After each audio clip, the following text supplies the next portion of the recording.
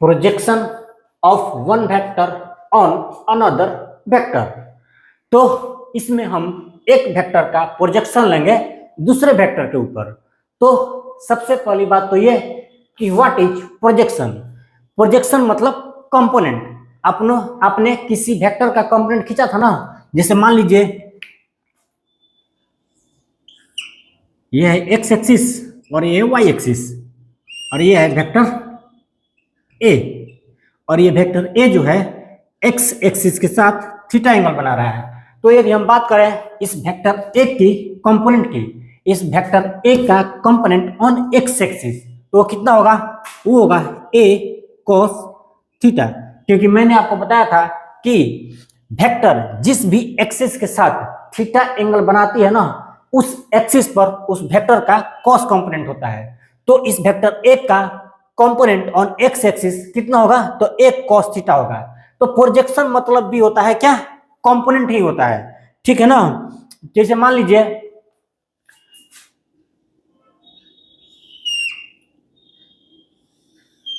ये हो गया वेक्टर बी, मान लीजिए ये है वेक्टर बी और ये है क्या? Vector A. Okay, vector A और वेक्टर बी के बीच का जो एंगल है ना, वो है कितना? तो थीटा है, ठीक है। अब हमको चाहिए projection of vector A on vector B. हमको क्या चाहिए? Projection of vector A on vector B. हमको वेक्टर ए का प्रोजेक्शन चाहिए वेक्टर बी के ऊपर, ठीक है ना। तो ये रहा वेक्टर ए और ये रहा वेक्टर बी।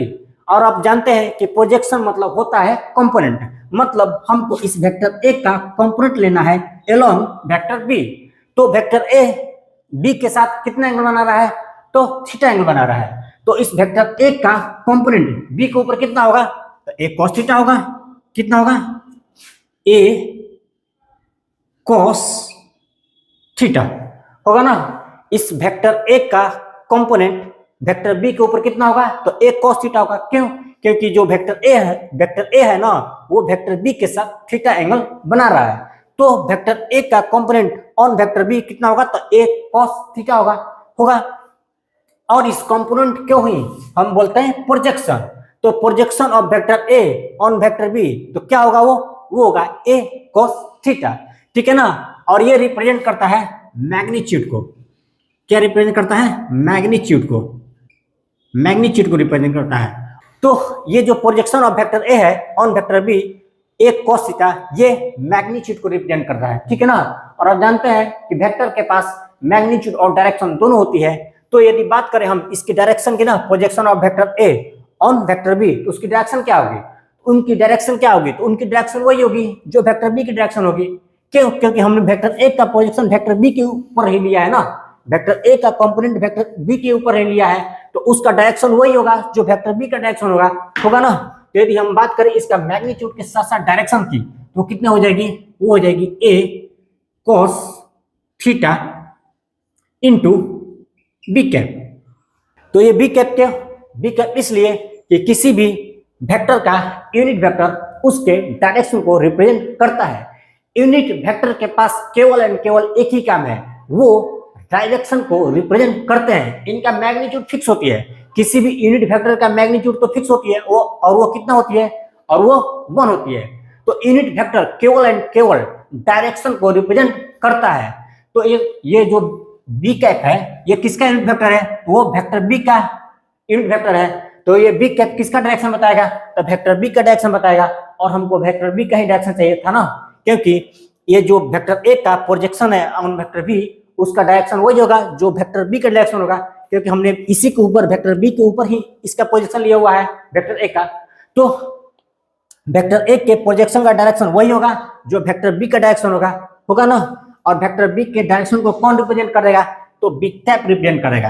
वेक्टर बी के यूनिट वेक्टर है बी कैप, जो वेक्टर बी के डायरेक्शन को रिप्रेजेंट करता है। तो ये क्या हो गया? मैग्नीट्यूड और डायरेक्शन दोनों को रिप्रेजेंट कर रहा है। मैग्नीट्यूड एक cos थीटा क्या हो गया? मैग्नीट्यूड हो गया, और बी कैप डायरेक्शन हो गया। मैग्नीट्यूड एंड डायरेक्शन दोनों को रिप्रेजेंट करता है ये। एक cos थीटा मैग्नीट्यूड हो गया और बी कैप डायरेक्शन हो गया। यदि क्वेश्चन में आपसे केवल मैग्नीट्यूड पूछ रहा है तो हम एक cos थीटा से ही काम चला लेंगे, और क्वेश्चन में यदि मैग्नीट्यूड के साथ साथ डायरेक्शन भी पूछ रहा है ना तो हमको एक cos थीटा बी कैप दोनों लिखना पड़ेगा, ठीक है ना। तो इस तरह से हम किसी भी वेक्टर का प्रोजेक्शन निकालते हैं। देखो जैसे यहाँ पर हमको चाहिए था कि projection of vector A on vector B, तो जिस भी वेक्टर का प्रोजेक्शन पूछता है ना उस वेक्टर का हम ले लेंगे cos कंपोनेंट। जैसे यहाँ पर वेक्टर ए का प्रोजेक्शन पूछ रहा है तो हम ले लेंगे वेक्टर ए का cos कंपोनेंट, वो कितना हो जाएगा, तो हो जाएगा a cos थीटा। और जिस पर प्रोजेक्शन चाहिए ना, जिस पर प्रोजेक्शन चाहिए उसका ले लेंगे हम यूनिट वेक्टर। तो किस पर प्रोजेक्शन चाहिए, प्रोजेक्शन चाहिए तो वेक्टर बी पर प्रोजेक्शन चाहिए तो हम वेक्टर बी क्या ले लेंगे, यूनिट वेक्टर। यही ट्रिक है प्रोजेक्शन निकालने का, यही ट्रिक है। जिसका प्रोजेक्शन चाहिए उसका ले लेंगे cos कंपोनेंट, जिस पर प्रोजेक्शन चाहिए उसका ले लेंगे हम यूनिट वेक्टर। यहाँ पर हमको वेक्टर ए का प्रोजेक्शन चाहिए इसलिए हमने ले लिया वेक्टर ए का cos कंपोनेंट जो कितना है, तो a cos थीटा है, ठीक है। और किस पर चाहिए, तो वेक्टर बी पर चाहिए, इसलिए हमने वेक्टर बी का यूनिट वेक्टर ले लिया बी कैप। इसी तरह से मान लीजिए मुझे चाहिए वेक्टर सी का प्रोजेक्शन ऑन वेक्टर डी। यदि मुझे वेक्टर सी का प्रोजेक्शन चाहिए ऑन वेक्टर डी, हम क्या करेंगे, वेक्टर सी का cos कंपोनेंट ले लेंगे, क्योंकि जिसका प्रोजेक्शन चाहिए उसका हम ले लेंगे cos कंपोनेंट। तो यहाँ पर वेक्टर सी का प्रोजेक्शन चाहिए ना, प्रोजेक्शन ऑफ, यहाँ लिख देते हैं projection of vector C on vector D. तो वेक्टर सी का प्रोजेक्शन चाहिए तो इसका ले लेंगे हम cos कंपोनेंट। तो क्या करेंगे हम, इसका ले लेंगे cos कंपोनेंट, ले लेंगे c cos थीटा। किस पर चाहिए, तो वेक्टर डी पर चाहिए, तो वेक्टर डी का ले लेंगे हम यूनिट वेक्टर, ठीक है। इसी तरह से प्रोजेक्शन निकालते हैं। यदि हमको चाहिए प्रोजेक्शन ऑफ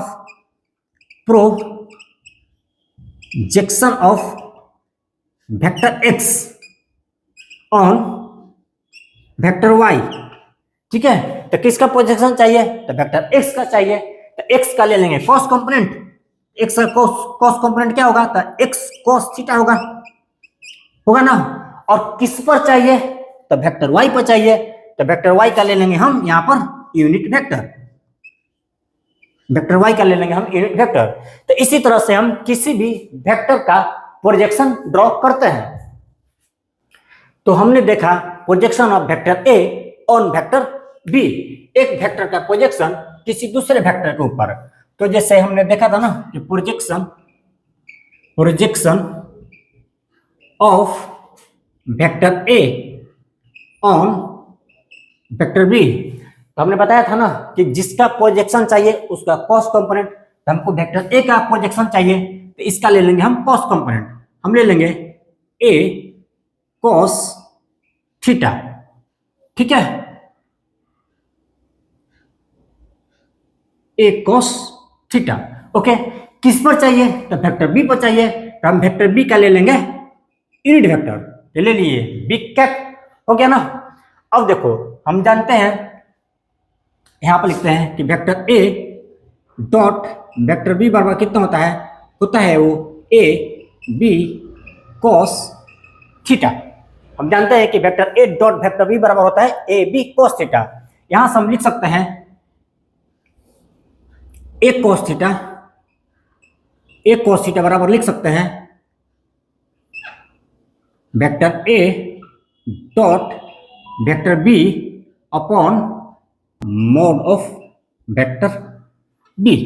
देखो चाहे मॉड ऑफ वेक्टर बी हो या फिर केवल बी हो, चाहे मॉड ऑफ वेक्टर बी हो या फिर बी हो, दोनों एक ही चीज को रिप्रेजेंट करते हैं। चाहे ये दोनों वेक्टर बी के मैग्नीट्यूड को रिप्रेजेंट करते हैं। जब किसी लेटर को हम एरो के बिना लिखते हैं ना तो वो भी मैग्नीट्यूड को रिप्रेजेंट करते हैं, और जब किसी वेक्टर को हम मॉड में बंद कर देते हैं ना वो भी उस वेक्टर के मैग्नीट्यूड को रिप्रेजेंट करते हैं। तो चाहे मॉड ऑफ वेक्टर बी हो चाहे सिंगल केवल बी हो, दोनों वेक्टर बी के मैग्नीट्यूड को रिप्रेजेंट करते हैं। तो चाहे आप बी लिखिए चाहे मॉड ऑफ वेक्टर बी लिखिए, दोनों एक ही बात है, ठीक है ना। इसलिए हमने यहाँ पर ले लिया है कि a cos theta is equal to vector a dot vector b upon mod of vector b।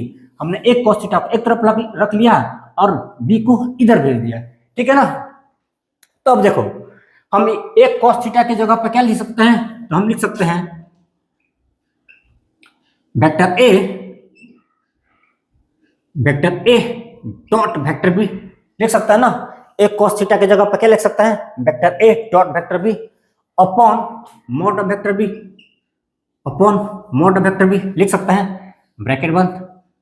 ये क्या हुआ, मैग्नीट्यूड को रिप्रेजेंट कर रहा है। हमने एक cos थीटा की जगह पे इतना लिखा है ना, और एक cos थीटा मैग्नीट्यूड को रिप्रेजेंट करता है, तो ये भी इतना मैग्नीट्यूड को रिप्रेजेंट करेगा। अब बच गया बी कैप की जगह पर क्या लिखेंगे हम, तो बी कैप की जगह पर लिखेंगे vector B upon mod of vector B. क्यों, क्योंकि किसी भी वेक्टर को हम उसी के मैग्नीट्यूड से डिवाइड कर देते हैं ना, तो हमको उस वेक्टर का यूनिट वेक्टर मिल जाती है। यदि आपको वेक्टर बी का ये रहा वेक्टर बी का, यदि वेक्टर बी का आपको चाहिए यूनिट वेक्टर, तो हम वेक्टर बी में इसी के मैग्नीट्यूड से डिवाइड कर देंगे, तो हमको वेक्टर बी का मैग्नीट्यूड मिल जाती है। यदि हमको चाहिए वेक्टर ए का यूनिट वेक्टर, तो हम क्या करेंगे, वेक्टर ए में ही मॉड ऑफ वेक्टर ए से डिवाइड कर देंगे, तो हमको वेक्टर ए का यूनिट वेक्टर मिल जाती है। ओके, तो जिस भी वेक्टर का आपको यूनिट वेक्टर चाहिए ना, आप उस वेक्टर में उसी के मैग्नीट्यूड से डिवाइड कर दीजिए, आपको उस वेक्टर का यूनिट वेक्टर मिल जाती है। तो हमने एक cos थीटा की जगह पर लिख सकते हैं vector A dot vector B upon में मॉड ऑफ वेक्टर बी, और बी कैप की जगह पर लिख सकते हैं vector B upon mod of vector B. सारे ये भी वेक्टर ए का प्रोजेक्शन ऑन वेक्टर बी को ही रिप्रेजेंट कर रहा है, और ये भी वेक्टर ए का प्रोजेक्शन ऑन वेक्टर बी को ही रिप्रेजेंट कर रहा है। बस लिखने का अलग अलग मेथड है, सारे एक ही चीज को रिप्रेजेंट करते हैं, ठीक है ना। हम इस फॉर्म में भी लिख सकते हैं और इस फॉर्म में भी लिख सकते हैं, according to need of question की जैसी आवश्यकता होगी हम फॉर्मूला वैसे ही लगा देंगे। तो देखो अब एक क्वेश्चन देखते हैं, कह रहा है कि which of the following represents projection of vector A on vector B. हमको वेक्टर ए का प्रोजेक्शन चाहिए वेक्टर बी के ऊपर। तो देखो प्रोजेक्शन निकालने का एक ही ट्रिक बताया था हमने कि जिसका प्रोजेक्शन चाहिए उसका कॉस कंपोनेंट। हमको यहाँ पर वेक्टर ए का प्रोजेक्शन चाहिए, हम ले लेंगे वेक्टर ए का कॉस कंपोनेंट, क्या हो जाएगा ए कॉस थीटा। किस पर चाहिए, तो वेक्टर बी पर चाहिए, तो वेक्टर बी का ले लेंगे हम यूनिट वेक्टर। यही ट्रिक है। तो एक और तरीका है, एक तो ये हुआ projection of vector A on vector B, और एक हमने क्या फॉर्मूला निकाला था, वो निकाला था vector A dot vector B upon mod of vector B. A cos theta की जगह पर हम इतना भी लिख सकते हैं, ठीक है ना, ब्रैकेट बंद इनटू बी कैप, हो गया ना। यहाँ पर मैग्नीट्यूड, ये मैग्नीट्यूड को रिप्रेजेंट करता है और ये डायरेक्शन को रिप्रेजेंट करता है। एक cos थीटा मैग्नीट्यूड को रिप्रेजेंट कर रहा है और बी कैप डायरेक्शन को रिप्रेजेंट कर रहा है। यहाँ पर vector A dot vector B upon mod of vector B magnitude को रिप्रेजेंट कर रहा है और बी कैप डायरेक्शन को रिप्रेजेंट कर रहा है। तो यदि हम बात करें मैग्नीट्यूड की, तो यहाँ से हम बी कैप हटा देंगे। यदि हम बात करें केवल मैग्नीट्यूड की ना, तो बी कैप हटा देंगे, हटा दिए बी कैप, ठीक है ना। अब ये दोनों मैग्नीट्यूड को रिप्रेजेंट कर रहे हैं, चाहिए दोनों मैग्नीट्यूड को रिप्रेजेंट कर रहे हैं। तो यहाँ पर दो फॉर्मूला है, एक तो है एक cos थीटा और दूसरा है vector A dot vector B upon mod of vector B. तो यहाँ पर इस क्वेश्चन के लिए हमको इसकी आवश्यकता नहीं पड़ेगी, हम इससे आसानी से निकाल लेंगे, ठीक है ना। तो देखो हमको चाहिए projection of vector A on vector B, तो हमने लिख दिया vector A dot vector B upon mod of vector B. देखो चाहे जिसका भी प्रोजेक्शन निकालना हो ना, आप ऊपर में लिख देना सीधे। यदि आपको वेक्टर ए का प्रोजेक्शन चाहिए वेक्टर बी के ऊपर, या फिर उल्टा हो जाए वेक्टर बी का प्रोजेक्शन हो वेक्टर ए के ऊपर, चाहे जिसका भी निकाल लो, चाहे वेक्टर ए का वेक्टर बी के ऊपर या वेक्टर बी का वेक्टर ए के ऊपर, अब ऊपर में सीधे लिखेंगे एक बात vector A dot vector B, और नीचे में क्या लिखेंगे, नीचे में लिखेंगे कि जिस पर प्रोजेक्शन चाहिए। इस क्वेश्चन में चाहिए वेक्टर ए का प्रोजेक्शन ऑन वेक्टर बी, तो नीचे में लिख देंगे हम मॉड ऑफ वेक्टर बी। और यदि आपसे पूछ दिया जाए कि वेक्टर बी का प्रोजेक्शन ऑन वेक्टर ए, तो ऊपर में तो यही होगा vector A dot vector B, नीचे में हो जाएगा मॉड ऑफ वेक्टर ए। ये किसके लिए है, तो projection of vector B on vector A, और ये किसके लिए है, तो projection of vector A on vector B. ऊपर में vector A dot vector B रहेगा और नीचे में उसका मैग्नीट्यूड ले लेंगे जिस पर हमको प्रोजेक्शन चाहिए। ये किसके लिए है कि projection of vector A on vector B, मुझे वेक्टर बी पर प्रोजेक्शन चाहिए, इसलिए हमने नीचे में वेक्टर बी का मॉड ले लिया और इसमें हमने उल्टा कर दिया। इसमें हमको चाहिए वेक्टर बी का प्रोजेक्शन ऑन वेक्टर ए, तो ऊपर में तो वही होगा vector A dot vector B, और किस पर प्रोजेक्शन चाहिए तो वेक्टर ए पर चाहिए, तो नीचे में ले लेंगे हम मॉड ऑफ वेक्टर ए। ये ट्रिक है निकालने का, ठीक है ना, प्रोजेक्शन का। तो इसको हम मिटा देते हैं। हमको यहाँ पे चाहिए projection of vector A on vector B, तो हमने ऊपर में ले लिया vector A dot vector B, और किस पर चाहिए तो वेक्टर बी पर चाहिए, इसलिए हमने नीचे में मॉड ऑफ वेक्टर बी ले लिया। अब देखो